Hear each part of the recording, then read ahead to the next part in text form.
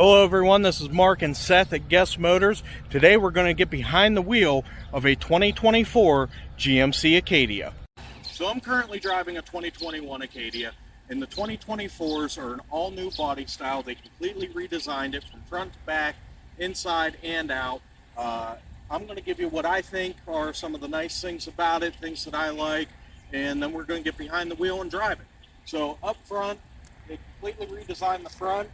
Did new headlights there, redesigned the grille, made it look a lot more aggressive. I do think that they did a great job with that redesign. I do really like the drive on my 2021, and I'm looking forward to see what the drive's going to be like on this. So around the side, they did change the profile a little bit, and then in the back, they did redesign the back here as well.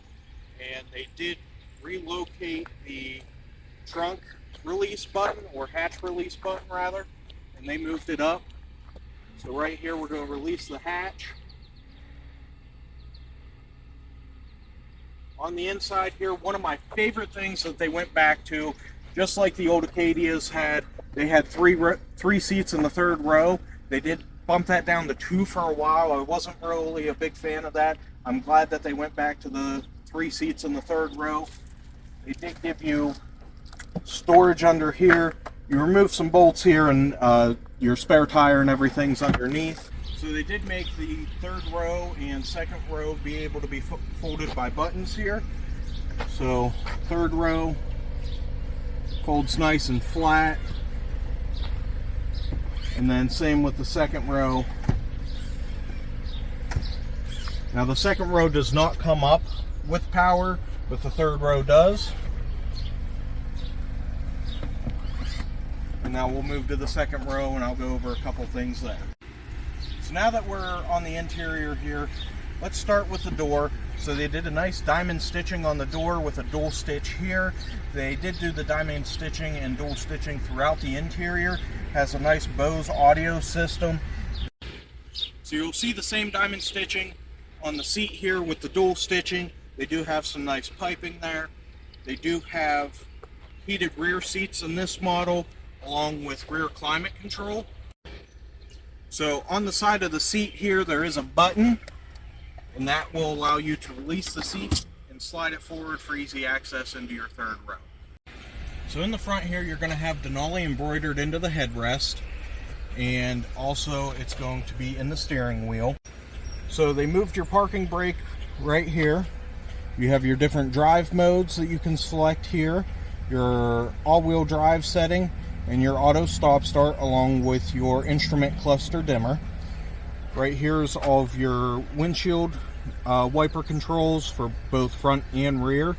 You have your cruise control settings here, your media settings here, and then to put it into drive, neutral, reverse, you put your foot on your brake, you pull back, and then push down for drive, pull back, push up for reverse, and there's a button on the side here for park. They did redesign the instrument cluster as well. It is all digital. You can choose what you want to see in the instrument cluster, which is really nice, and then your tilt and telescoping on the Denali model is power. They did add storage underneath your center console here, and then they did move your wireless charging pad and USB ports right here to add a nice smooth flow, cup holders, and then a nice big glove box there for whatever you might need. So they did completely redesign the center stack here. I typically have not been a big fan of how big the screens are getting in some of these cars. This one does not bother me near as much as what I thought it was going to when I first saw the design. The way that it is kind of laid back in, it's really not overwhelming. So you do have different selections here. You can have your maps up top, you can do your audio up top, your trailering up top, and then same here, you can switch those. And then all your climate controls, you have the actual buttons here, or you can use the touchscreen for them as well. Also in the center stack, they did change where your heads-up display is, so you can move that by going into controls here, heads-up display, and you can change the height, the brightness, the rotation on it. They used to have physical buttons for those.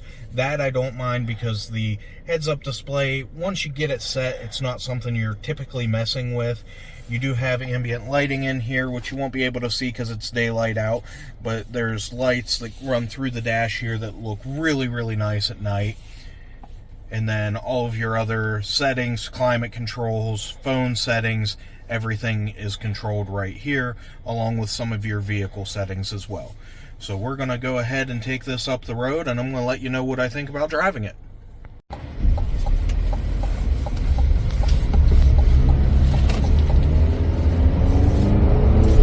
So they did put a brand new 2.5 liter turboed 4-cylinder in these. Get up and go. It's very nice, very even. I've really enjoyed my 21, the ride quality of it, the comfort in it. This seat is equally as comfortable, which I'm very happy about, and ride quality seems to be great so far. So we're going to go down a couple roads here and see how it does over some bumps, over some different terrain, and how it does around curves. I know the 21 handles pretty well. So far this road, it's not the smoothest road, and it is doing phenomenal on how smooth it seems to be driving. And I like that the screen's kind of down out of the way. It's not up here. If I want to look at it, I can peek down at it, and the heads-up display is fantastic, allowing me to see my speed and everything right on the road there.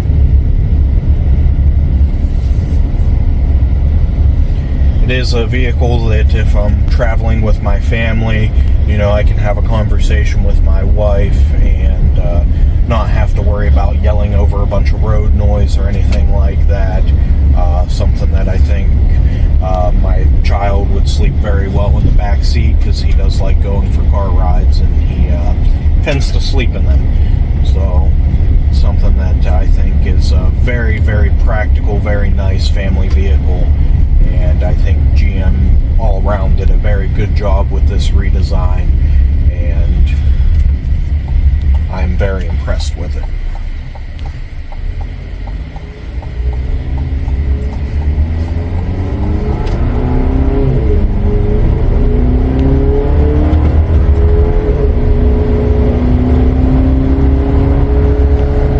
Plenty of power to get up and move if I need to get into traffic, merging on the highway, or if I need to pass somebody.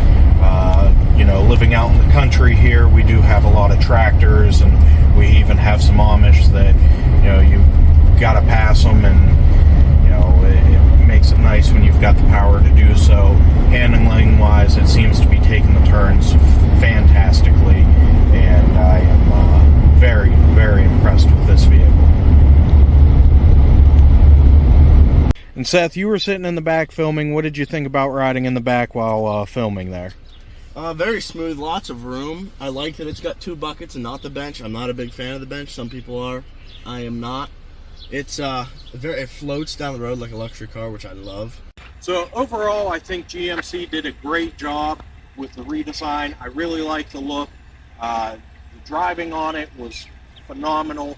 Did a great job. Handled well. Had enough power and plenty of space for the wife, the kids, and traveling.